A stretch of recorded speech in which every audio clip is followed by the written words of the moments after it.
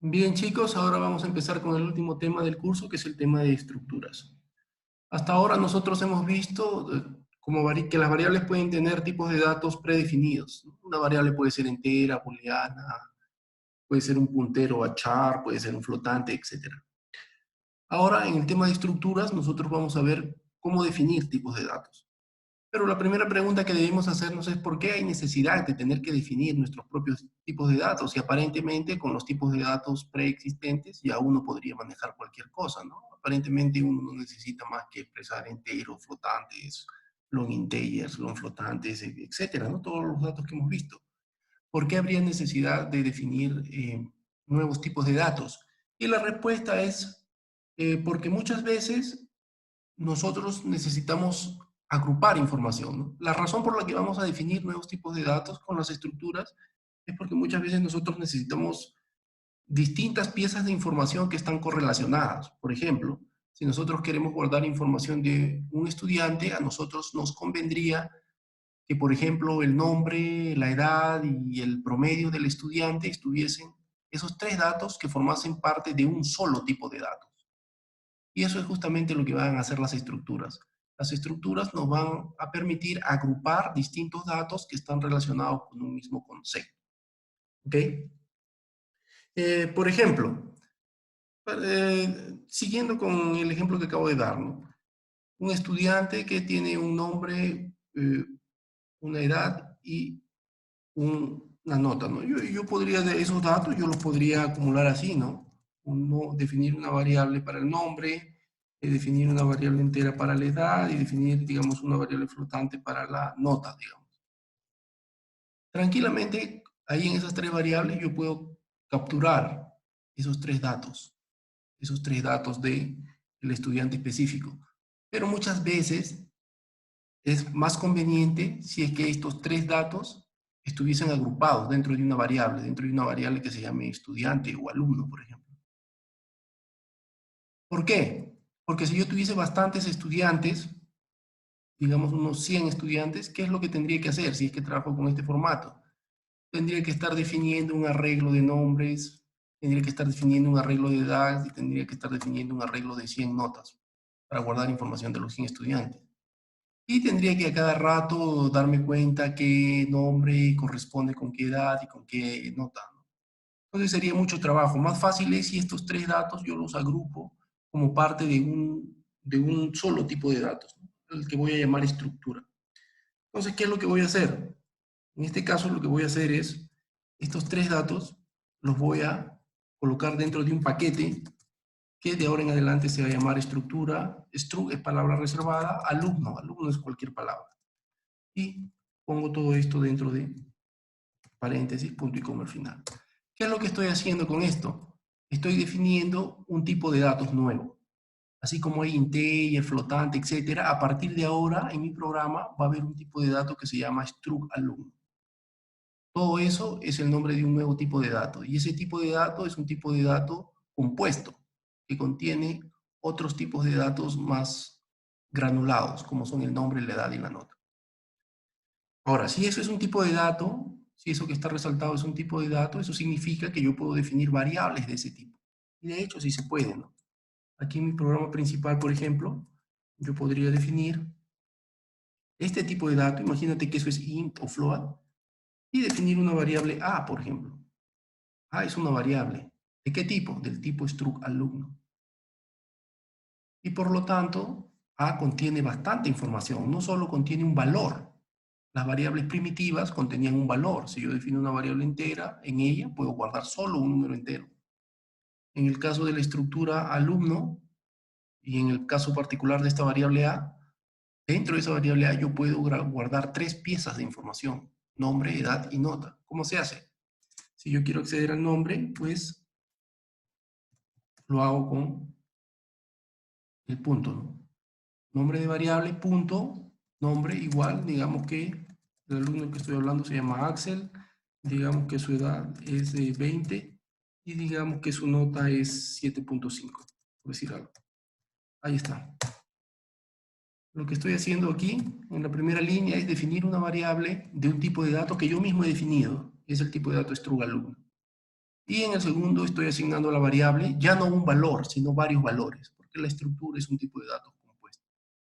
Ahora, si bien es cierto, stru alumno es una estructura, a estos campitos que están dentro de la estructura, me refiero a nombre, edad, nota, se les suele llamar atributos, ¿ok? Atributos o campos, cualquiera de los dos nombres.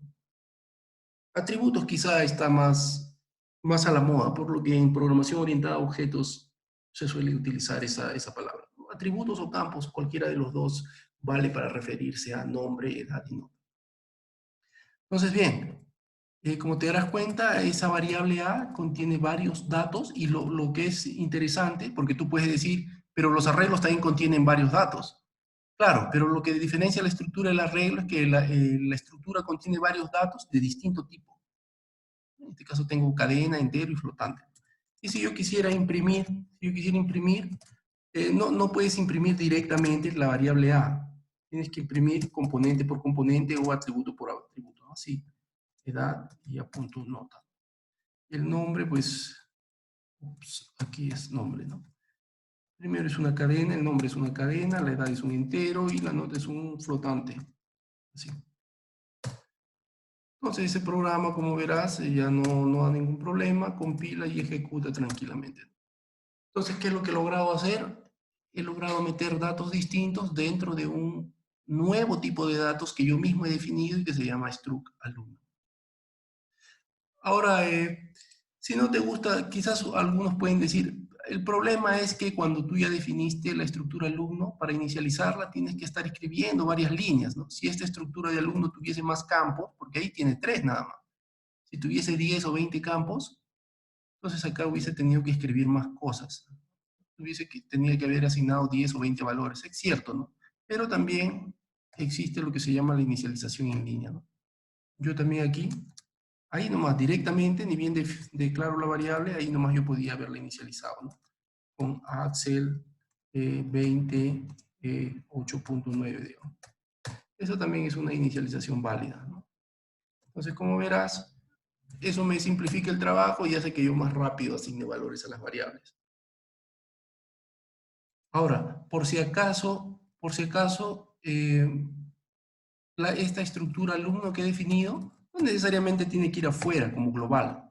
También puede ir aquí, adentro de la estructura. Ahí también puede ir, ¿no? Dentro del main también puede ir, por si acaso, ¿ok?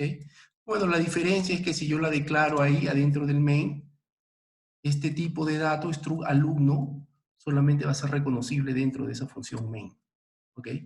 Mientras que si yo la declaro afuera como global, yo puedo definir varias funciones y en todas las funciones utilizar ese tipo de datos, ¿no? De hecho, eso es lo que voy a hacer, ¿no? De hecho, eso es lo que voy a hacer. Esta impresión, por ejemplo, ¿no? A ver, no quiero hacerla ahí en el programa principal, ¿no? Quiero tener una función que se llame imprime alumno, por decir algo. ¿Qué va a recibir imprime alumno?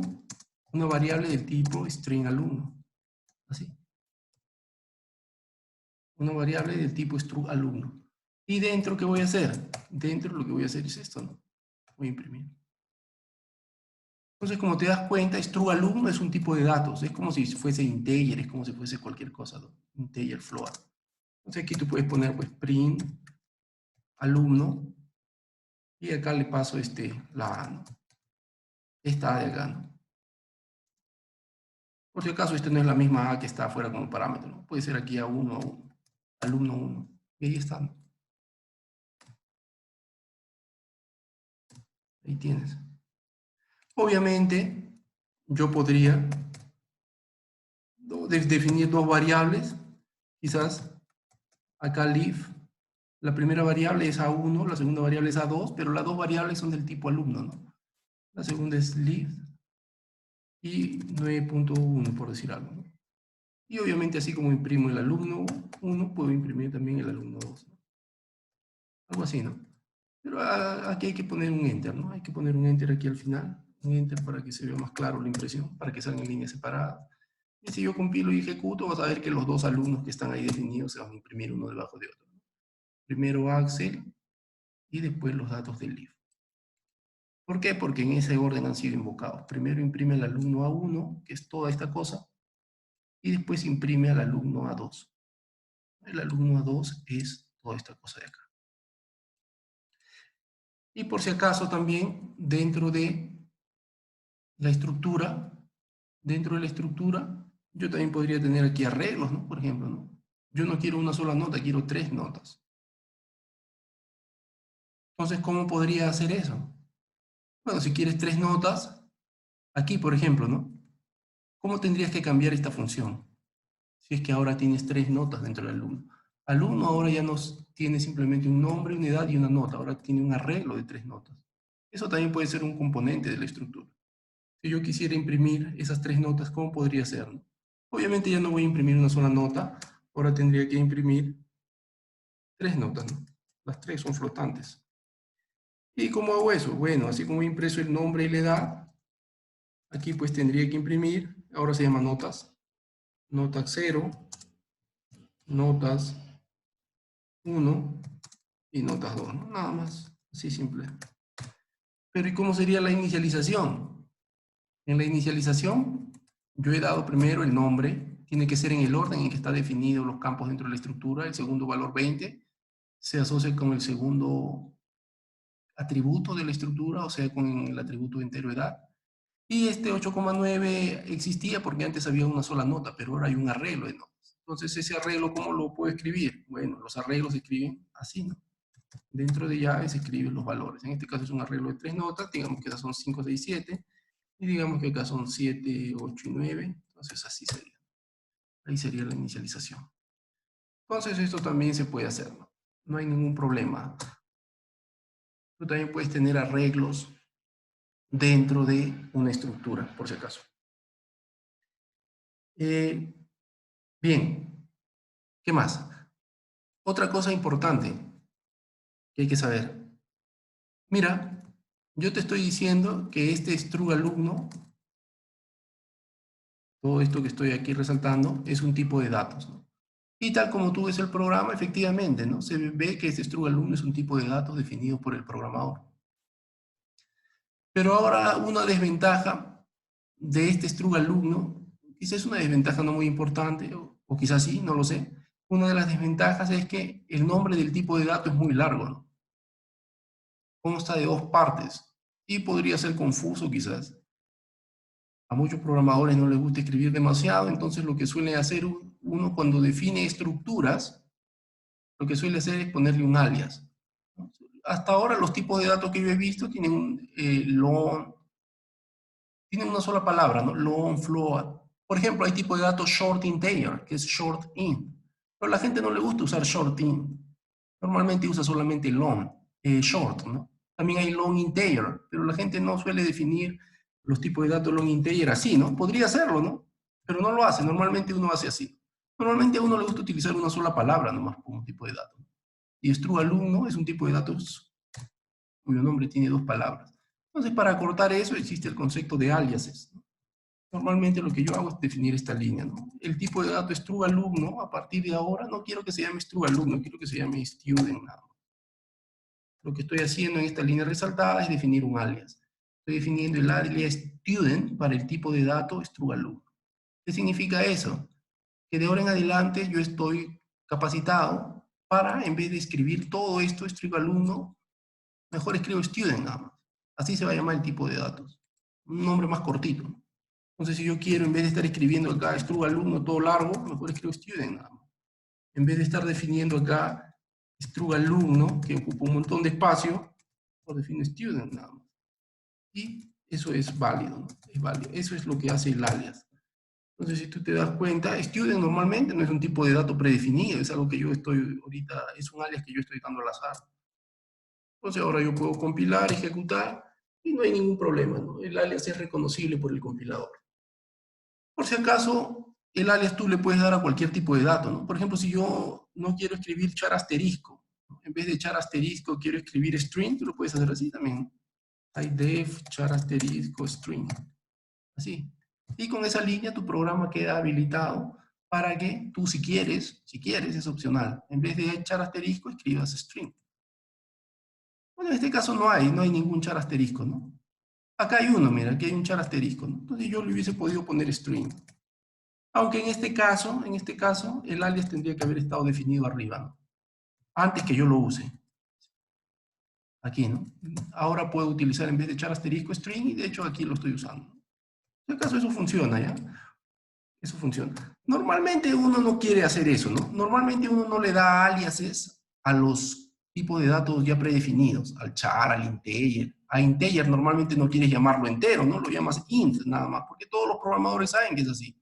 Normalmente uno usa aliases solamente con las estructuras, ¿ok? Pero lo puedes usar en general con cualquier tipo de dato. Bien, ¿qué más hay que decir de las estructuras? Así como tú dentro de una estructura, puedes tener arreglos, vamos a regresarlo esto a su forma original. Así como tú dentro de una estructura puedes tener arreglos, obviamente tú también puedes manipular arreglos de estructuras, ¿no? Entonces esto hay que regresarlo a su forma original, para no tener que escribir mucho. Aquí, ¿no? Esto era acá. Ahí está. Listo. Entonces, yo también puedo tener arreglos de estructuras, te decía, ¿no? Entonces, ¿cómo es que se define un arreglo de estructura, ¿no? Si yo tengo acá 5.8, digamos, y acá, digamos que estos dos muchachos, Axel, Leaf, y por ahí una persona más, quiero meterla dentro de un arreglo de estructuras. ¿Cómo se define un arreglo de estructuras? Bueno, el arreglo de estructuras lo puedo definir así, ¿no? Student, y acá defino als, digamos, 3 alumnos. ¿Qué es lo que estoy haciendo con esta línea de acá? Lo que estoy haciendo es definir un arreglo de 3 estructuras del tipo struct alumno, cuyo alias es estudiante. ¿Cómo lo inicializo? Bueno, podrías inicializarlo así, nomás en línea, directo, ¿no? Ahí. Y aquí adentro poner los valores, ¿no? Digamos, el primer estudiante es este señor, Axel. Lo ponemos acá, coma.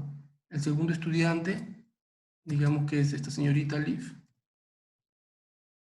Cortamos y pegamos acá.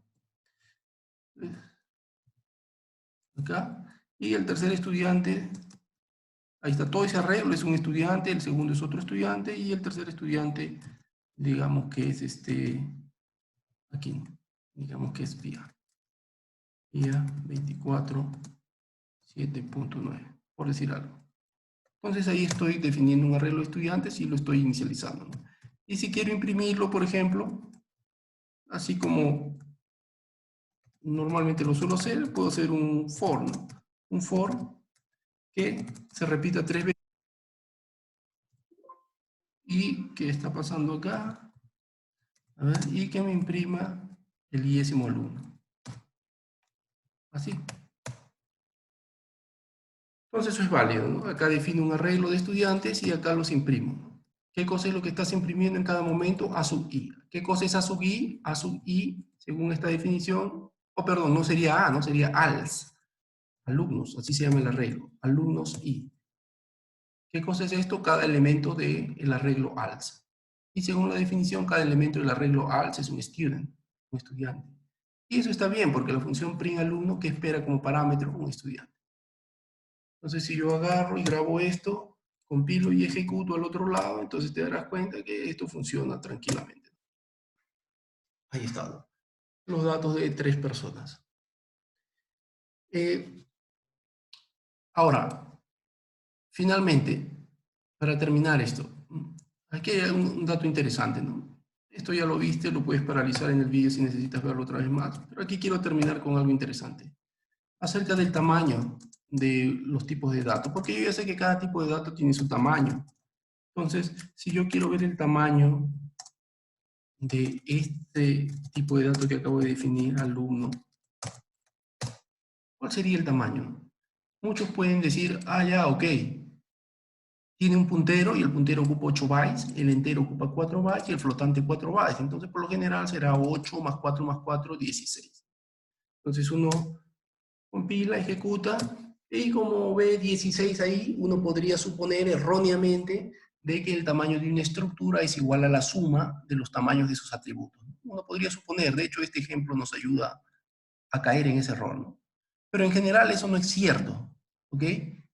Repito, en general no es cierto que el tamaño de una estructura sea igual a la suma de los tamaños de sus atributos. Por ejemplo, digamos que yo tengo esta estructura.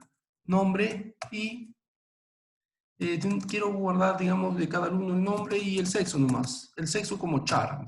F femenino, M masculino. Ahí nada más, ¿no? ¿Cuál es el tamaño de esta estructura? Si es que tú piensas que en realidad es la suma de los tamaños de los componentes, entonces el tamaño de esta estructura debería ser 8 por un puntero y el char ocupa un byte, 7 bytes debería ser, perdón, 9 bytes, ¿no?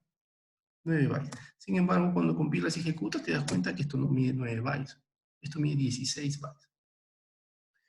En general, dependiendo de cuánto es, dependiendo de la arquitectura que estás utilizando, del sistema operativo y del tipo de computadora que utilices, el tamaño de una estructura, por lo general, a veces es múltiplo de 8 nada más, a veces es múltiplo de 16, a veces es múltiplo de 4, ¿ok? En general no se sabe, depende de la arquitectura de tu computadora, ¿ok? Pero lo que sí se sabe en general es que el tamaño de una estructura, como estás viendo ahorita, no es igual, no es lo mismo que la suma de los tamaños de sus componentes. Estos dos componentes ocupan 9 bytes, sin embargo, acá hay 16 bytes.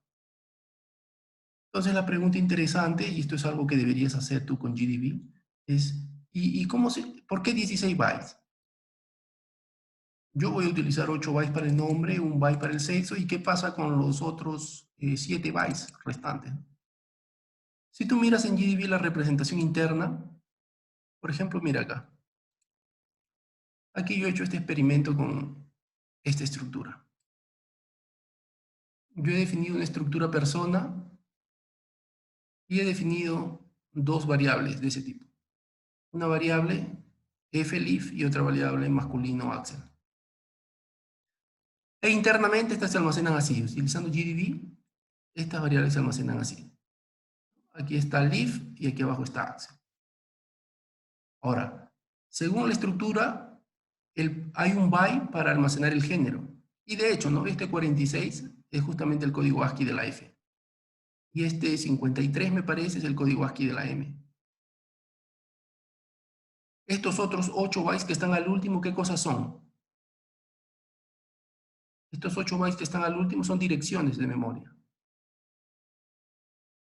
Esta es la dirección donde está escrito Leaf, y esto de acá que estoy señalando es la dirección donde está escrito Axel. Y estos 7 bytes que están en rojo, ¿qué cosas son? Esos 7 bytes que están en rojo son cualquier cosa. ¿Ok? Cualquier cosa. Entonces, no tienen nada que ver con los datos que tú estás almacenando. Son datos que ya había previamente en la memoria. Entonces, como consecuencia de esta forma de almacenamiento de las estructuras, se desprende algo importante. Lo que se desprende es que tú no puedes comparar estructuras, ¿no? Por ejemplo, acá, yo no puedo hacer esto.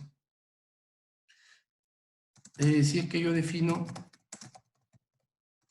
alumno 1 igual, digamos, Axel masculino, digamos así, y alumno 2, también digamos Axel masculino. Yo no puedo hacer esto. No puedo hacer esto. Eso no se puede hacer.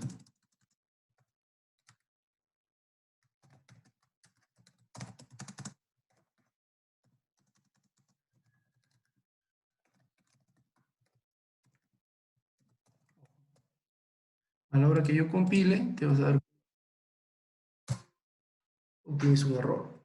La comparación entre estructuras no es válida. ¿Qué debería hacer entonces si quiero comparar estructuras? Si quieres comparar, lo que tienes que hacer es comparar atributo por atributo, ¿no? Para eso tienes el AND. Y para comparar no cadenas, pues ya sabes que es string con nombre de A1 con nombre de A2, ¿no? Así sería más o menos. Así sería. Entonces, esa sería la comparación correcta, ¿no? Aquí no ha salido, ¿no? Así sería. Entonces, pero obviamente string.com está dentro de la librería string.h.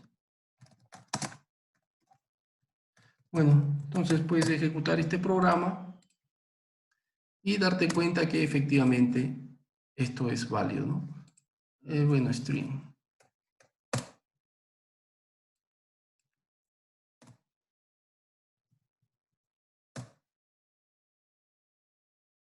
Bien, entonces eso es todo por la primera clase de estructuras.